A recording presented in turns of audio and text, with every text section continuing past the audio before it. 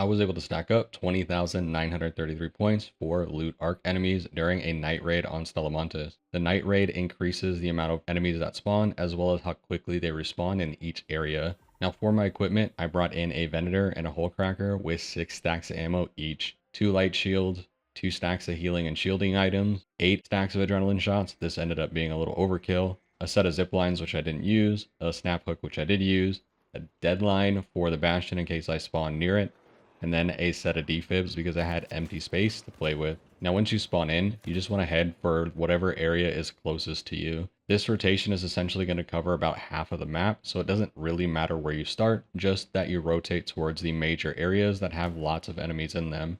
The main areas that this rotation will cover is the Atrium, the lobby, business center, cultural archives, the seed vault, and the robotic sandboxes. Going to any one of those will get you into the rotation cycle and you can start your farm from there. Now, one of the best places for you to stack up points if you're not able to spawn by the loading bay where you can get the bastion and all its parts is the seed vault. The seed vault has a ton of ticks and each one that you loot will give you the same points as looting any other body. So you can get a ton of points within the seed vault super fast. Each body that you loot will give you 121 points, and that is flat across all of the enemies and all the enemy types. So it is in your benefit here to loot the enemies that are the easiest to eliminate. Now for my rotation, the first couple of minutes were a little bit slow. I didn't have a ton of enemies that spawned in the atrium or even in the robotic sandbox when I rotated down. So my primary objective was just to get to the seed vault and open up the seed vault so I could farm the ticks that were inside. There's also sentry turrets that you need to look out for, so I recommend hole crackering the sentry turrets and then using the Venator for all of the ticks. You can find a set of ticks in almost each area of the seed vault, but earlier in the round there's generally a little bit less spawns overall. Once you've finished up farming the ticks in the seed vault, you want to rotate up to the cultural archives. The cultural archives also has a ton of score potential. You'll find a handful of shredders, fireballs, pops, and a bunch of ticks as well in this area. There are essentially two major walkways in this area divided by a bunch of walls in this center. You want to make sure that you're getting both sides of the walkways because enemies will spawn on either side, and sometimes they won't aggro to you if you're only rotating down one of the sides. So do make sure that you're looking at both sides of the walkways so that you can get all the enemies as you're going through it. Now for dealing with the shredders, it's easy to take them out with a hole cracker. All you need to do is aim at their thrusters or the bottom center of their body. If you hit their thrusters accurately, you will two-shot the shredder and take them down super quick. Sometimes though, it can take 3 to 4 shots, so always make sure your hole cracker is reloaded when you're going to fight a shredder. Now, as you are going to loot the bodies, my recommendation is to just tap them and move on. You want to make sure that you see the inventory start to pop up, but you don't actually need to see what it has in its inventory to get the points for searching it. Just make sure that you pay attention on the left-hand side of your screen for the scavenged experience to display. This won't matter as much during your first rotation, but during your second and third, as you're going back over areas where you've already farmed certain enemies, it can be very, very challenging to remember which ones you've already searched and which ones you haven't. So that little experience bar can be really, really helpful in letting you know whether or not you've missed an enemy. Now, once you've finished in the cultural archives, you want to take the zip line or you can snap hook up towards the business center. Now in the business center, you can find a variety of ticks, fireballs, pops, and shredders, just like the cultural archives. Usually you'll be hit with a bunch of ticks right when you walk in the room, and then the pops and fireballs will be wandering a little bit in the area. Make sure you take out all of the enemies and search their bodies, and then make sure you rotate towards the reception of the business center. It's to the right-hand side when you come in from the cultural archives. There's a set of ticks that usually spawn on the ceiling there that you want to clean up as quickly as you can. You want to work through the business center and make sure you clean up all of the enemies, and then you're going to rotate over to the atrium. But we're going to use a unique pathway through the vent that is in the hallway behind the auditorium. The vent will lead you to the communications area, which is the connector between the lobby and the atrium if the door is not opened by a fuel cell. And inside of communications, you can usually find a handful of ticks and occasionally pops and fireballs. So it's a really good area to rotate through as you're going towards the atrium. Now, another cool thing about this specific challenge is normally when you eliminate a fireball and then another enemy goes into that fireball's fire and gets eliminated by that fire, you would lose trials points because it doesn't count as an elimination from you. For this challenge though, it actually works in your benefit. Using the AoE from the fireball to eliminate pops and ticks allows you to just farm up a lot more bodies super quick, and then you just search the bodies and get to move on instead of wasting your ammo or your time on them. So it can be advantageous to pop fireballs when there are other enemies in the area and let the fire do the work for you.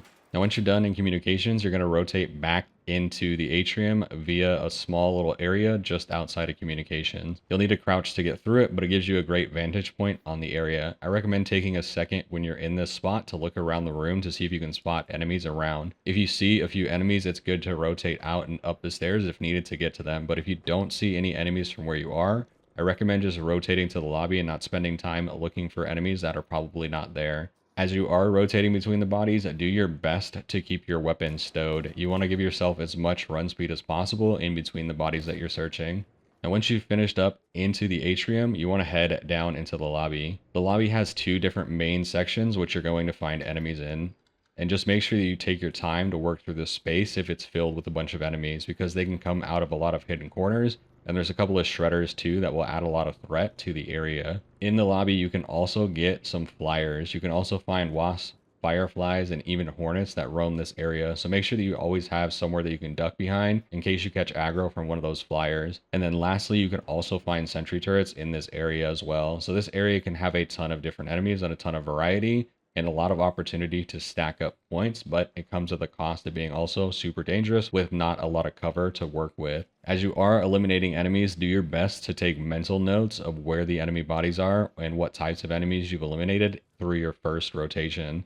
Like I said earlier, it becomes a bit of a challenge later on, especially in areas that are higher traffic, to remember which specific arc body you've looted. And you can end up spending a bunch of time searching bodies that you've already searched if you're not paying good attention to what you're doing. So do try and focus on that and remember as best as you can.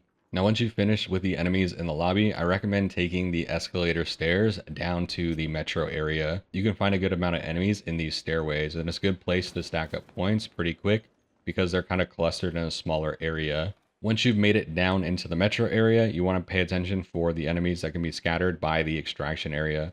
Pops like to hide behind the benches and the trash cans, and they can pop out at you at any point. So just make sure you're paying attention and you're ready for that. There's also a shredder that roams on the other side, the other platform, that will rotate over to you the minute that you start fighting other enemies. So just make sure you're paying attention, take out those enemies, search their bodies, and then you want to move across the train platform over to the robotic sandboxes. Now, in the robotic sandboxes, you won't have as much of a higher volume of enemies, but you still have a decent handful that will be near where you're at when you come out of the metro area. Make sure you pay attention to the left and the right hand side as you come out. Shredders will hide in both areas and will come at you super quick once you enter the space. Just like all the other areas, you want to work through each enemy and then search their bodies after you've eliminated them. Make sure that you pay attention to which bodies you've searched, and then you want to move through the hallway towards the other robotic sandbox area. As you're moving through the hallway into the other robotic sandbox, you want to pay attention to the connector between the two. Pops, fireballs tend to hide out in this small little space, and they will ambush you as you walk through it. So I recommend always running with your Venator out through this area, just so that you're ready to deal with an enemy super quick if they do that. Now, once you get into the other robotic sandbox, you can find a good volume of enemies, but it's usually more clustered together in a smaller space. They'll in general funnel out from the robotic sandbox area itself, but there's a little back hallway that you'll pass coming into this space that sometimes they'll come out of and try and flank you from. So just make sure you're paying attention and listening to those audio cues in case an enemy does try to do that. Now, once you've taken out all of the enemies in the second robotic sandbox, the last place that you want to rotate into is the control room just above the robotic sandboxes. The control room will have a shredder that usually patrols outside of it, and then you can have anywhere from 3 to 5 pops and fireballs inside of the control room itself. And it's a really easy funnel for getting the enemies to come to you once you open up that door, because you're going to set off an alarm and you'll get all of their attention. And they'll just start to come towards you, making it very easy to take them out and then search their bodies. Now, once you've finished in the control room, you want to rotate back down out towards the seed vault extraction and then back into the seed vault, and you essentially rinse and repeat your rotation from here. Now from here, all you need to do is pay attention to where the final extraction is and rinse and repeat the rotation up until that point. The ideal extraction for you in this rotation is the seed vault extraction, because it's right next to the seed vault, and if you end your rotation coming into that extraction when you still have a seed vault to farm, you can hit the button right before it reaches 0 and then get some additional points farming the seed vault at the end of the round. Now, I recommend trying to pay attention to how long you've been away from the button after you've pressed it. I cut it way too close, and I barely got in on time, and I was sure that I was going to miss the extraction, but the fan moved at the last second, giving me enough room to sneak in just before the doors closed. So make sure that you're paying attention to how long you're away from the extraction after you press that button, and don't cut it as close as I did when you're trying to get out safely. Once you've stacked up enough points and you're happy with your score, head back to Speranza, collect any loot if you haven't already, and watch your score fly up the leaderboard. That's going to be it for me today, y'all. Thanks for watching.